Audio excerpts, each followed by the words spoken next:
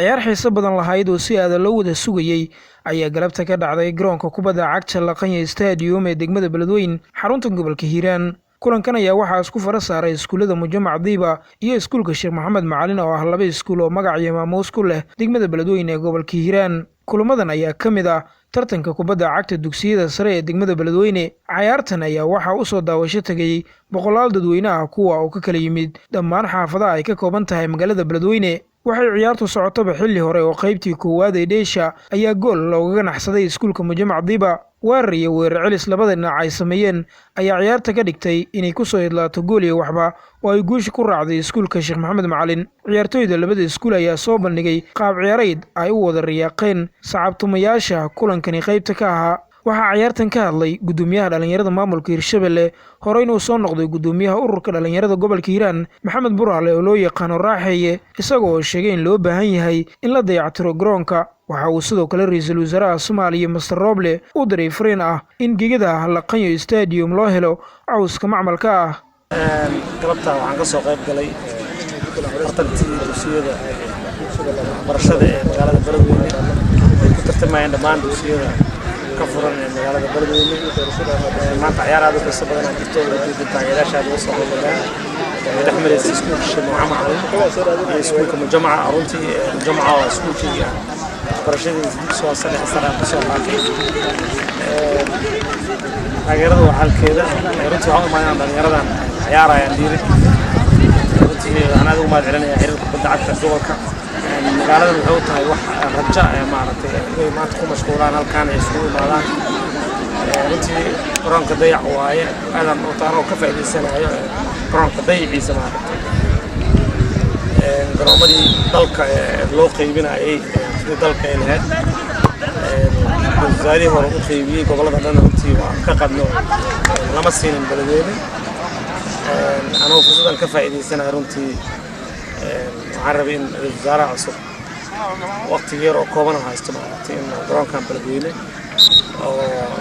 ka qiimo oo maaragtay garoon qiimo badan maadaama Beledweyne ay meel population-keeda ay aad u badan yihiin, dhalinyaradan aad ku badan yihiin, tartamadan aad ku badan yihiin. runtii inuu garoonkan oo maadaama ka haray garoommadii kale dalka aanan weli maaragtay Hiiraan la imaanin, runtii waxaan rabnaa in wasaaraha fursaddan uga faa'iideeyo. sidoo kale maaragtay Hami FM oo weli maaragtay oo markii ugu horreysay wax la kulmay ay tahayna runtii ayagana ugu mahadcelinayaa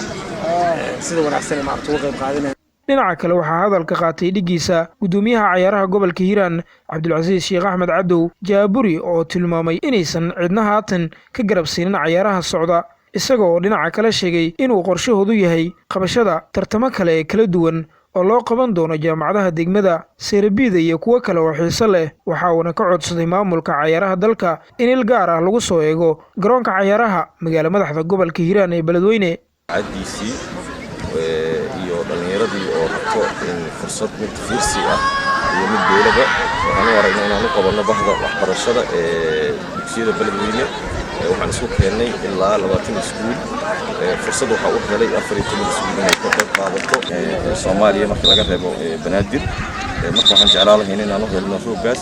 si ay dhalinyarada faraha badan iyo kuwa ka sii fara badanba ay u soo daawasho tagaan degmooyinka dhan ee gobolka uu ka kooban yahay in isaga yimaado. hadda waxaan u qabanay tartankan dugsiyada. waxaan sii jecelnahay inaan intaan ka sii daba jibaarano. waxaan rabnaa inaan dhowaan qabanno sida hadda jaamacadihii oo kaleeto maadaama dhalinyaradii hadda aan qabanay dugsiyadii sare haddana jaamacadihii ayagana noo diyaarsan oo aan la ballanay inaan u qabanayno. waxaan rabnaa inaan haddana seera eedii 6 kooxeedheeda aan qabanno insha Allah tacaala. waxaan rabnaa inaan seera qabanno haddeertaan waxaan rabnaa inaan isku diyaarino oo waxaas oo dhan oo inuu guuleeyay inaan maamul goboleedyadii bisha 12aad 15keeda ka bilaabanayo gobolka Banaadir ayaga naftooda qorshooyin meel fiican ay mari hayaan in ay isdhexgalkii bulshada ay ka imaanayso maadaama ay xawa ardadii ay yihiin iskuulaadkii meesha dadkii iska dhexgalayeen annagana aan waxa wadnay isdhexgal ay yihiin. waxaan u hindisnay inaan ayagiina aan haddana tartankii usii qabanno oo aan iskuulladiina haddana aan sii dhex gelinno. ilaa hadda waxaa qabada hoon naga hor yimid maysan jirin fara badan oo u soo daawasho tagay oo aan ka mashquulinayno inay